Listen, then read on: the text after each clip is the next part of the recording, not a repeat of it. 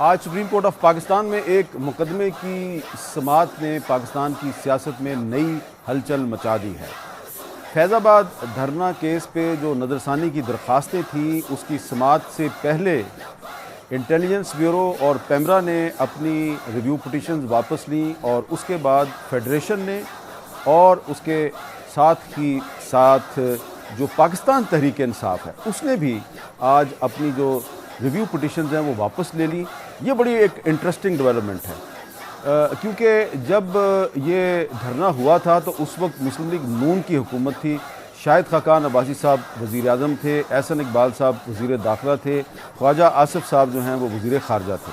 और जब फ़ैसला लिखा गया तो तहरीक इंसाफ की हुकूमत आ चुकी थी और तहरीक इंसाफ की हुकूमत ने पार्टी की तरफ से भी एक रिव्यू पिटिशन फ़ाइल की और फेडरेशन की तरफ से भी एक रिव्यू पिटिशन फ़ाइल की। और अब जबकि निगरान हुकूमत है तो फेडरेशन ने भी अपनी रिव्यू पिटिशन वापस ले ली और तहरीक इंसाफ ने भी अपनी रिव्यू पिटिशन वापस ले ली।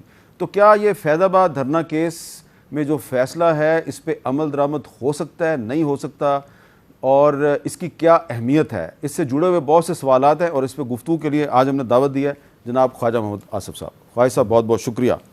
ख्वाजा साहब, जब फैज़ाबाद धरना हुआ तो उस वक्त आपकी हुकूमत थी और जो एक तहरीक लब्बैक के साथ तहरीरी मुआहदा हुआ था उस पर एहसन साहब के दस्तखत भी थे, लेकिन फिर जब फैसला आया तो तहरीक इंसाफ की हुकूमत थी। उन्होंने तो उस पर फैसले पे अमल दरामद नहीं किया बल्कि फ़ैसला लिखने वाले पे उन्होंने रेफरेंस दायर कर दिया। अब उन्होंने आज पिटीशन वापस ले लिया। आपका क्या ख्याल है कि ये फ़ैसला जो है इस पर अमल दरामद हो सकता है?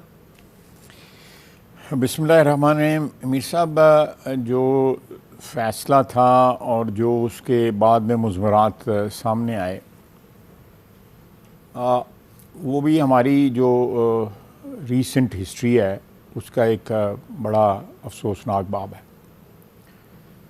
वो धरना क्यों हुआ, क्यों करवाया गया, क्या उससे नतायज जो थे वो एक्सपेक्ट किए जा रहे थे, और उसका जो फ़ैसला आया उसके जो रिएक्शन आया उस वक़्त की हुकूमत की तरफ से या जो धरना करवाने वाले थे, लाजमी तौर पे वो दोनों शामिल थे उस रिएक्शन में।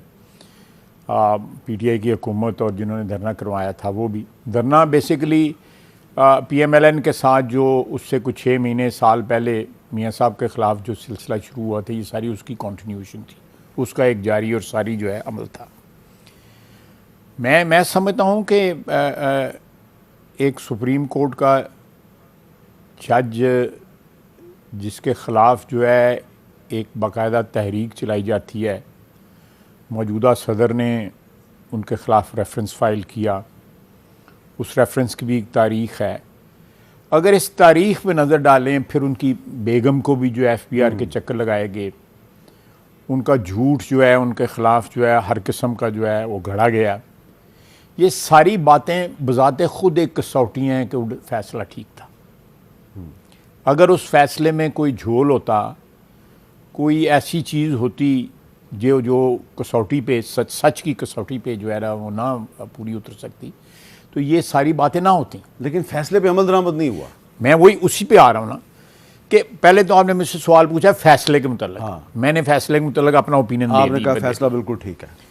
उस फ़ैसले पे अमल दरामद होना चाहिए, क्योंकि अगर उस फ़ैसले पे अमल दरामद नहीं होता तो मैं समझता हूँ कि ये सुप्रीम कोर्ट का मौजूदा चीफ जस्टिस जो थे उसके ऑथर थे उस फैसले के, तो ये बज़ाते ख़ुद जो है उस पस मंज़र को सामने रखते हुए जो उस वक़्त तहरीक लब्बैक को जो है यहाँ पे लाया गया और फिर जो है जो कैश पकड़ाए गए, जो जाते वक्त लोगों को जो है दिए गए पैसे जो है दिए गए, वो वीडियो सारी वो है। लेकिन इसमें यह भी आप चीज़ में रखें कि आपकी हुकूमत के एक सीनियर मिनिस्टर ने एक तहरीरी मुआहदे पे दस्तखत किए जो तहरीक लब्बैक के साथ हुआ और उसमें जनरल फैज़ मीर जो है वो उसके जामिन बने मुआहदे के। तो आप कुछ जो उनका कद काट था उस वक्त तो उनकी ज़मानत कबूल होनी थी, मेरी तो ज़मानत नहीं है, कबूल होनी है। खाई साहब थोड़ा सा आप ये बता सकते हैं कि ये उनको लेके कौन आया था यहाँ पे फैज़ाबाद में?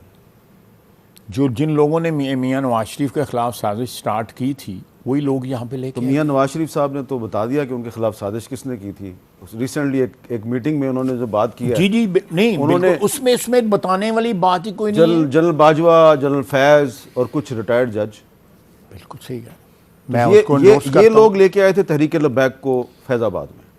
तहरीक लब्बैक जो है जितनी दफ़ा उस ज़माने में आई है, उसके बाद जो है, अगर हो सकता है उन्होंने को आज़ाद फैसले भी किए हों, लेकिन उस ज़माने में जितनी दफ़ा भी आई है, जिन लोगों ने पैसे दिए, वो वीडियो जो है सबसे बड़ा सबूत थी कि उनको कौन लेके आया है और उन्होंने घर कौन तोड़ रहा है।